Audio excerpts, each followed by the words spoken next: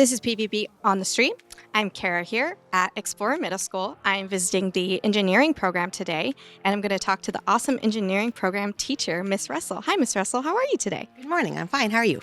Good, thank you. So tell us what it's like to be the teacher at this awesome program, and tell us a little more about what the program is.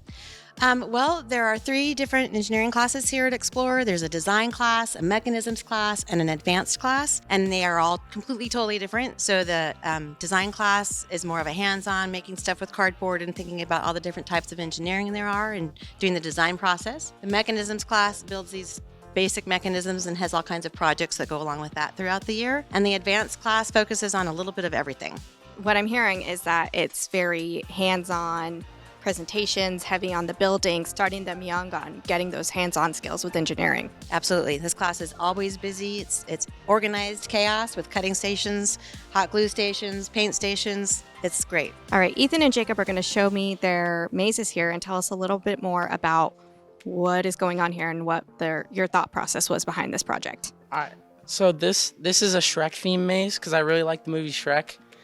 And the point is you have to move the box to move the marble over all these obstacles. And how long did this project take you guys?